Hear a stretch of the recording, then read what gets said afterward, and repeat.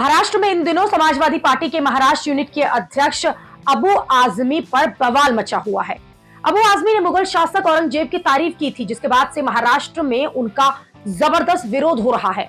BJP से लेकर कांग्रेस और उद्धव ठाकरे की शिवसेना भी अबू आजमी की आलोचना करने लगी। अब अबू आजमी पर गरमाई सियासत जो है वो यूपी तक पहुंच गई। वहां यूपी सीएम योगी ने कह दिया कि अबू आजमी को यूपी भेज दो, उचित इलाज किया जाएगा। भारत को कम से कम इस पर न करें और समाजवादी पार्टी को इसका जवाब देना चाहिए। भारत की आस्था पर प्रहार करने वाला दुर्दांत, धर्मांत, क्रूर शासक, उसको समाजवादी पार्टी आदर्श मानती है। जो भारत को रोकने के लिए आया था, जजिया कर लगा रहा था, भारत का इस्लामीकरण कर रहा था, कोई सभ्य मुसलमान भी अपने पुत्र का नाम औरंगजेब नहीं रखता। यह समाजवादी पार्टी का नेता, आपका विधायक घोषणा करो ना, उस कमबख्त को निकालो पार्टी से और उसको एक बार यूपी भेज दीजिए, बाकी उपचार हम अपने आप करवा लेंगे। जो व्यक्ति छत्रपति शिवाजी महाराज की परंपरा पर गौरव की अनुभूति करने की बजाय लज्जा महसूस कर रहा हो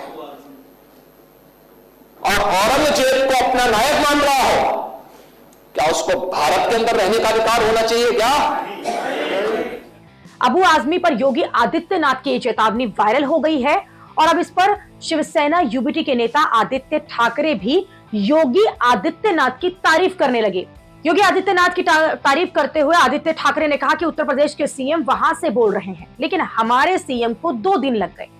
योगी जी अगर यहां होते तो शायद बुलडोजर भेज देते, लेकिन हमारे यहाँ के सीएम कुछ नहीं कर रहे हैं। यही अंतर है दोनों सीएम में। आदित्य ठाकरे ने सीएम योगी की तारीफ तो की, लेकिन साथ में देवेंद्र फडणवीस को घेर लिया और ऐसा कई बार हुआ है जब बीजेपी शासित राज्यों में विपक्ष ने सीएम योगी के बुलडोजर और एनकाउंटर मॉडल की तुलना करके बीजेपी के मुख्यमंत्रियों को आपस में भिड़ने की कोशिश की है। और ये बात भी ध्यान देने वाली है कि बीजेपी के सीएम योगी और देवेंद्र फडणवीस दोनों की ही टॉप लीडरशिप के भरोसेमंद हैं और स्टार मुख्यमंत्रियों में से एक हैं। ये बात विपक्ष के नेता भी समझते हैं, इसलिए वो सीएम योगी और फडणवीस की तुलना पर बीजेपी का संकट बढ़ा रहे हैं।